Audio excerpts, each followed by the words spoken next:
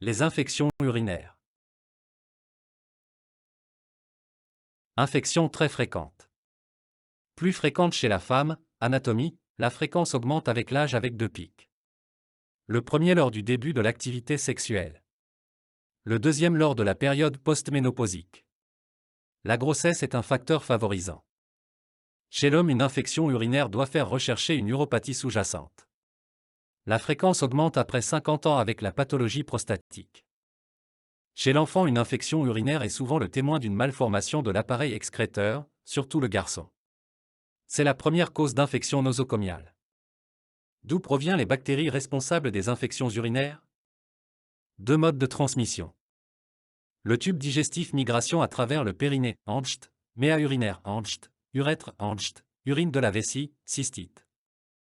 Voie hématogène, streptocoque, staphylocoque, salmonelle. En cas de facteur favorisant extension au urétère et au rein égale pyélonéphrite. Lithiase, calcul.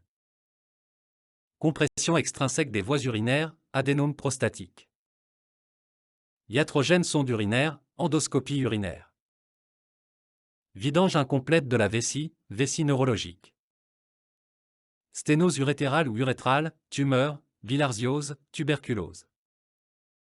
Anomalie de l'appareil excréteur. Reflux vésico-urétéral. Infection génitale. Constipation. Hygiène. Ménopause. La cystite, inflammation de la vessie. Symptômes. Pollakiurie, urine plusieurs fois par jour par nuit. Dysurie, difficulté à uriner, spasmes rétropubiens, douleurs hypogastriques. Mictions impérieuses, brûlures mictionnelles. Absence de signes d'atteinte parenchymateuse pyélonéphrite. Prostatite. Absence de syndrome infectieux, fièvre, frisson. La cystite n'existe pas chez l'homme. Pyélonéphrite. Syndrome infectieux, fièvre élevée. Frisson. Signes d'atteinte rénale, douleur abdominale ou lombaire unie ou bilatérale. Signes mictionnels souvent discrets voire absents. Chez la personne âgée, symptômes frustres ou atypiques. Prostatite. Syndrome infectieux, fièvre élevée. Frisson. Signe d'atteinte prostatique, toucher rectal douloureux, prostate turgescente. Rétention aiguë d'urine. Signe mictionnel, dysurie. Les urines peuvent rester claires. Reflux vésico-urétéral. Uropathie obstructive. Vessie neurologique. Insuffisance rénale chronique. La bandelette urinaire. Comment bien la réaliser? Laissez 1 minute sur urine fraîche du deuxième jet. Présence de leucocytes. Nitrite. Attention, bactéries ne produisant pas de nitrite, Staphylococcus saprophyticus. Comment bien l'interpréter? Chez la femme symptomatique. Bandelette urinaire négative, leuco, nitrite, égale absence d'infection urinaire. Sauf si leucopénie. Chez l'homme. Bandelette urinaire plus conforte le diagnostic. Mais bandelette urinaire n'élimine pas. ECBU systématique. ECBU égale confirmation diagnostique oui si, suspicion d'infection urinaire, sauf cystite de la femme sans facteur de risque de complications. Fièvre sans cause évidente retrouvée.